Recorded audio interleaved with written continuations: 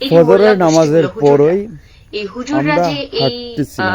আমাদের এই যে মোল্লা গোষ্ঠীগুলো হুজুররা, এই হুজুররা যে এই আমাদের এই গণঅভ্যুত্থানের মধ্যে থাকবে, এবং তারা, আমরা কিন্তু জানি না, এখনো নিশ্চিত না যে হাসিনা কি মেরেছে আম, ছাত্রদেরকে, নাকি এই হুজুররা ছাত্রদেরকে মেরে আমাদেরকে ইমোশনালি ব্ল্যাকমেইল করেছে।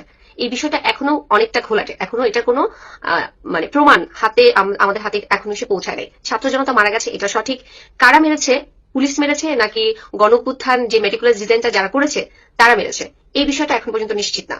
আমরা যদি সাধারণ নাগরিকরা জানতাম যে এর মধ্যে এই হুজুররা আছে এবং এটা একটা পরিকল্পিত আন্দোলন, তাহলে কিন্তু আমরা এই আন্দোলনে সম্পৃক্ত হতাম না বা যেতাম না। ফজরের নামাজের পরই আমরা হাঁটতেছিলাম। তারপর আমি ফেসবুকে ঢুকলাম, ঢোকার পর এই ভিডিওটা দেখলাম।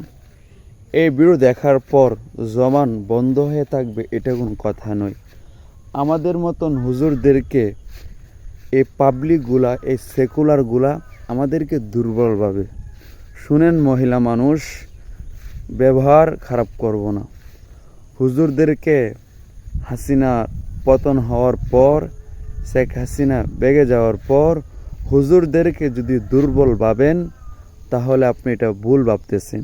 শুনে রাখুন, এ দেশের জন্য, এ দেশের মানুষের জন্য এই হুজুররা অনেক কিছু করেছে। আর আপনারা বিড়াল ছিলেন, আর এখন সিংহ হয়ে গেছেন।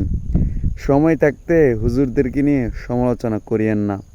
এ কথাগুলো কিভাবে বলছেন? 2024 সালে এ বাংলাদেশকে দ্বিতীয়বারের মতন স্বাধীন করেছিল ছাত্র জনতা, আলিম ওলামা ছিল, এবং কওমি মাদ্রাসার ছাত্ররা ছিল।